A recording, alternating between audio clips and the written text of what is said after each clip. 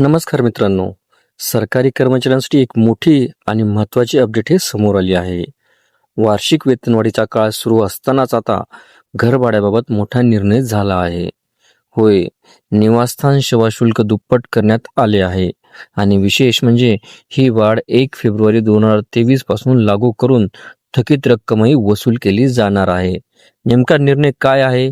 तर तो सार्वजनिक बांधकाम विभागाने सरकारी निवासस्थानाच्या सेवा शुल्कामध्ये दुपटीने वाढ करण्याचा शासन निर्णय काढला आहे. सरकारचं म्हणणं आहे की इमारतीच्या देखभालीचा खर्च वाढला आहे, वीज दर आणि पाणीपट्टी वाढली, नगरपालिका आणि महापालिका कर वाढलेत, 7व्या वेतन आयोगानंतर कर्मचाऱ्यांचे वेतन सुद्धा वाढले आहेत. या सर्व बाबीचा विचार करून हा निर्णय घेण्यात आला आहे. 2023 पासून आता थकीत वसुली केल्या जाणार आहे.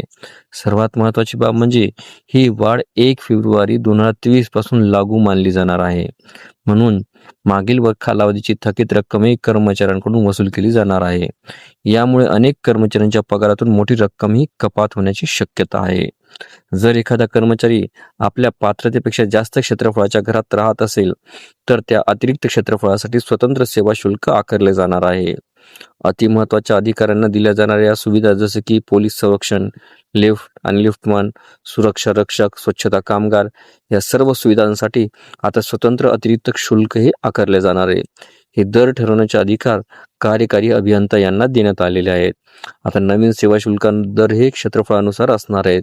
220 चौरस फुटाला ₹220, 221 ते 320 चौरस फुटाला ₹270, 321 ते 420 चौरस फुटाला ₹370, 421 ते 550 चौरस फूट याला ₹490, 551 ते 750 चौरस फूट ₹650, 751 ते 1110 चौरस फुटाला ₹930 इतकं दर त्याचा असणार आहे.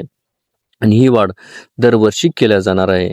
आता इथून पुढे दरवर्षी सेवा शुल्कामध्ये वाढ केली जाणार असून त्याबाबत दरवर्षी स्वतंत्र आदेश सुद्धा हे निर्गमित केले जाणार आहेत. तर मित्रांनो, वेतन वाढ झाली असली तरी घरभाड्याच्या स्वरूपात आता जादा रक्कम ही मोजावी लागणार आहे. तुमचं मत काय? हा निर्णय योग्य आहे का? कमेंटमध्ये नक्की सांगा. व्हिडिओ उपयुक्त वाटला असेल तर लाईक करा, शेअर करा आणि चॅनलला सबस्क्राईब करायला विसरू नका. धन्यवाद.